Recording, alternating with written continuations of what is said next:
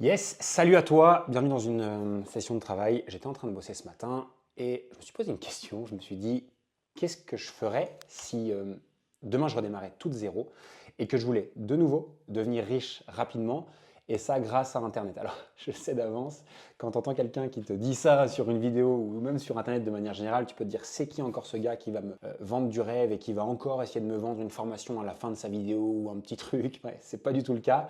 Deux choses. La première, c'est que j'ai absolument rien à te vendre à la fin de cette vidéo. La deuxième, c'est que si je te partage ça aujourd'hui, c'est parce que je l'ai vraiment fait moi-même.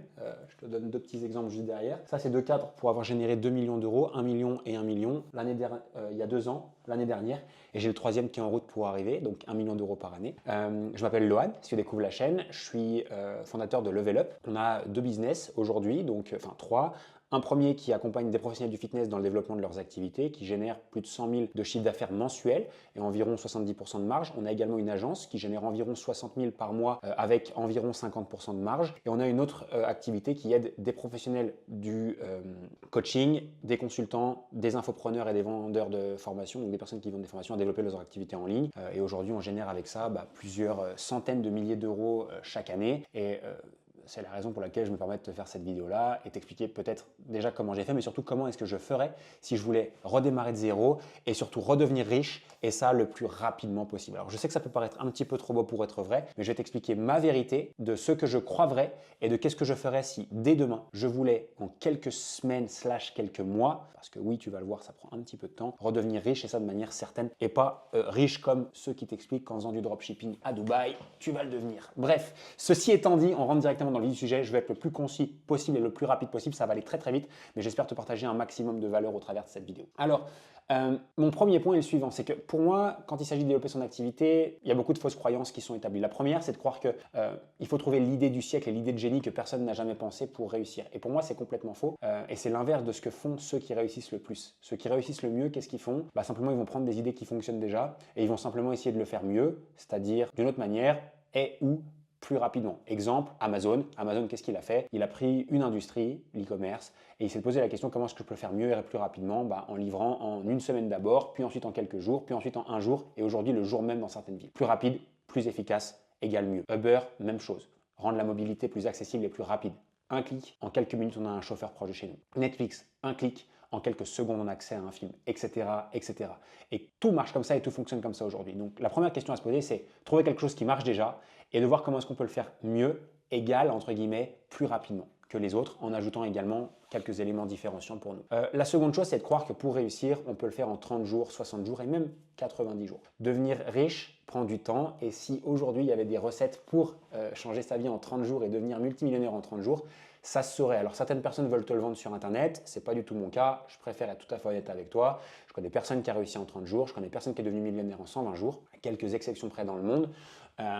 Mieux vaut miser sur le plus long terme, mais réussir de manière certaine. En tout cas, c'est ma vision des choses. Je préfère attendre un peu plus, mais être sûr de réussir, que de miser à la loterie en croyant que ça va se faire en 30 jours. Voilà les deux croyances que je voulais tacler avec toi.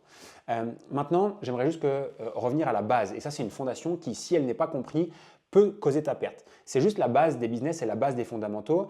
Et c'est en fait le secret de n'importe quel business et de n'importe quelle personne qui veut devenir riche aujourd'hui. Alors riche, c'est un gros mot quand je le dis comme ça. Mais riche, ça veut dire quoi? Ça va dépendre. Est-ce que c'est 5 000 euros pour toi? Est-ce que c'est 10 000? Moi, dans mon cas, je m'estime comme riche à partir du moment où je génère entre 15 et 20 000 euros par mois net dans ma poche. Pas l'entreprise, net dans ma poche. Pour moi, ça, c'est la richesse. Peut-être que pour certains, c'est moins. Pour d'autres, ça peut être plus. Ça dépend du lifestyle, ça dépend du mode de vie, ça dépend où on habite, etc. Mais j'ai pas envie de rentrer là-dedans.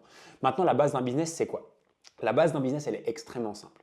C'est résoudre des problème. C'est le truc le moins sexy du monde quand je le dis comme ça. Tu vas peut-être quitter cette vidéo en disant c'est nul, il m'apprend rien de fou, d'incroyable, etc. Mais c'est juste la base. Et si on ne comprend pas ça, que la base d'un business, c'est je résous des problèmes pour des gens ou des business, donc, ou des entreprises, on n'a pas compris. Donc la première chose que tu dois savoir, est-ce qu'on voit bien mon écran? Je pense que oui, là comme ça. C'est de résoudre des problèmes. On doit prendre un problème, créer une solution qui ensuite apporte ce qu'on appelle le résultat désiré. D'accord? Donc ça, c'est juste atteindre un objectif pour nos clients. Mais plus on résout des problèmes, plus notre capacité à résoudre des problèmes est grande, plus on crée de la valeur, et plus on crée de la valeur, mieux on est payé. C'est aussi simple que ça et le business se résume vraiment dans cette phrase. L'argent, l'argent est généré, la valeur est créée. Donc, la valeur est créée quand les problèmes sont enlevés. On doit retenir juste cette phrase-là. La valeur est créée quand les problèmes sont enlevés. Slash, supprimé, on le dit comme on a envie. Et plus la valeur est élevée, mieux on est payé. C'est aussi simple que ça. Donc, tu dois absolument comprendre ça, c'est que la base du raisonnement et le principe numéro un de l'entrepreneur doit être résoudre des problèmes et rechercher des problèmes qu'on veut résoudre. Et quand tu comprends ça, quand tu comprends que tout n'est que problème et que le quotidien d'entrepreneur, c'est résoudre des problèmes et plus les problèmes qu'il résout sont grands, mieux il est payé, bah, tu comprends déjà beaucoup de choses au problème. Maintenant, une fois que tu as compris ça, et tu vas dire, bah voilà, j'ai compris que je devais résoudre des problèmes. La base, ça va être de simplement d'identifier donc, un groupe de personnes qu'on appelle une niche. D'accord? Une niche de marché, c'est quoi? Ça, c'est un concept que tout le monde parle, mais que personne ne sait définir. Mais une niche de marché, concrètement, c'est quoi? C'est un groupe de personnes qui partagent les mêmes habitudes, les mêmes caractéristiques, les mêmes envies, les mêmes problématiques et qui partagent les mêmes endroits, les mêmes sujets de discussion, etc. Donc, par exemple, une niche, ça peut être les propriétaires de chiens husky. Ça peut être les comptables. Ça peut être, moi dans mon cas, mon première activité qui m'a fait réussir, c'est les coachs sportifs. Ça peut être les avocats fiscalistes. Ça peut être les salles de sport. Ça peut être les mamans au foyer qui veulent perdre du poids. Ça peut être les jeunes papas qui veulent perdre du poids. Ça, c'est un groupe de personnes, donc c'est un fragment du marché qui partagent des mêmes caractéristiques, etc. Donc le business, pour le faire simple, c'est quoi? C'est résoudre un problème pour une niche de marché en créant une solution à ce problème-là. Donc maintenant, l'idée, ça va être de trouver et de créer pour nous notre solution. Quelle est la solution qu'on propose à cette niche pour résoudre ce problème? Alors là, moi, je vois deux choses. La première, ce serait la partie théorique, ce serait d'aller voir les gens de cette niche-là et de leur dire, bah voilà, quels sont les problèmes que vous avez, voici les solutions que je peux vous proposer, qu'est-ce qui a le plus de valeur pour vous et qu'est-ce que vous seriez capable de payer. Généralement, ça va être soit des services, où on va faire par exemple un système d'agence, où on va faire des choses pour nos clients.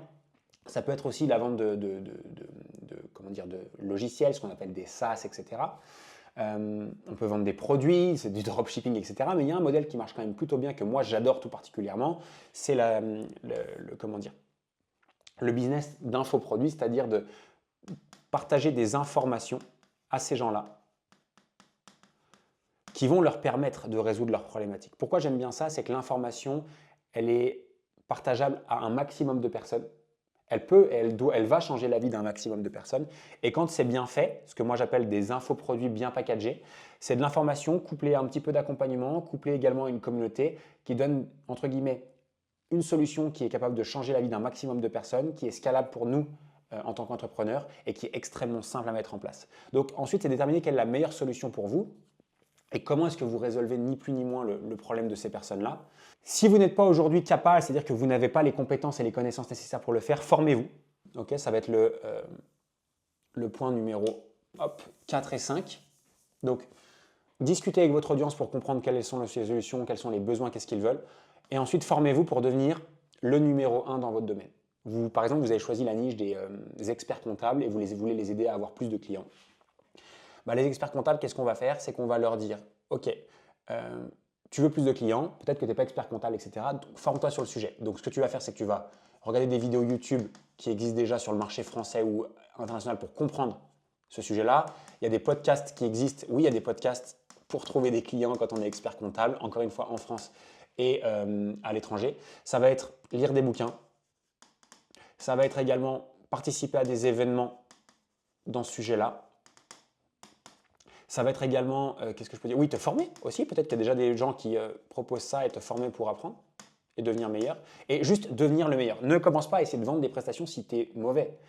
Il n'y a rien de mal à être mauvais. Il faut juste être objectif et savoir se le dire. Et juste se former pour devenir le numéro 1 dans son domaine. Parce qu'une fois que tu es le numéro 1 et que tu sais exactement comment résoudre ce problème-là pour les personnes de ta niche, bah en fait, la voie, elle est libre pour toi. Tu peux ensuite packager un service type infoproduit où tu vas vendre un mix entre formation, accompagnement et communauté. Peut-être que j'expliquerai ça dans une prochaine vidéo si c'est quelque chose qui vous intéresse. Et ne t'amuse pas à vendre un truc qui n'est pas qualitatif et qui est juste nul et qui ne délivre pas des résultats. C'est pour ça qu'il y a une règle qui est fondamentale pour moi, c'est la règle des 15-30. La règle des 15-30, c'est quoi? C'est une fois que tu es le numéro 1, que tu sais exactement comment résoudre le problème de ta niche, obtiens déjà 15 à 30 clients satisfaits. Soit parce que tu vas accompagner d'abord en one-to-one, soit parce que tu vas les prendre par la main et que tu vas vraiment faire un accompagnement plus avec eux. C'est déjà 15 à 30 clients qui sont extrêmement contents et qui te font un témoignage pour ensuite packager ça sous forme d'infoproduit que tu vas pouvoir pousser et que tu vas pouvoir scaler. Et ça, c'est hyper important que tu aies 15 à 30 personnes satisfaites parce que malheureusement, si ce n'est pas le cas, ça va être beaucoup trop compliqué. Il y a beaucoup trop de personnes, désolé si c'est votre cas, mais qui, par exemple, lancent un truc, n'y arrivent pas et se disent, en fait, ça va être beaucoup plus… Par exemple, j'ai un exemple en tête. Quelqu'un qui dit, moi, je vais lancer mon activité de coaching mental.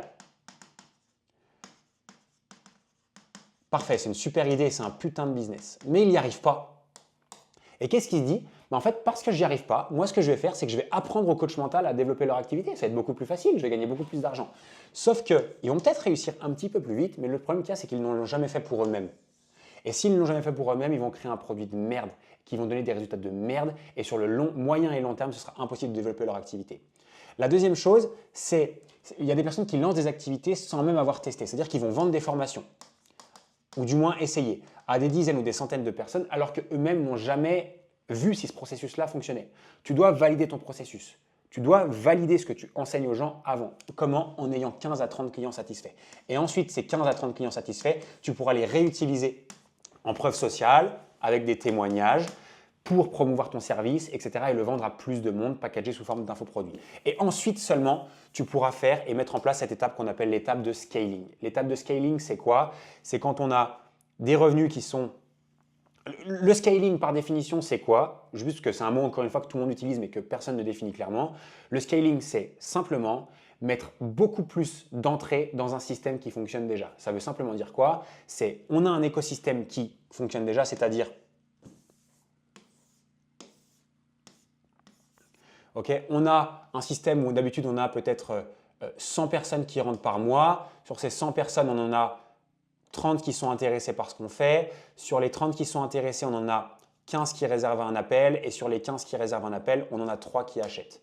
C'est-à-dire un taux de conversion de 3% à peu près. Et ça, on a un système qui fonctionne déjà.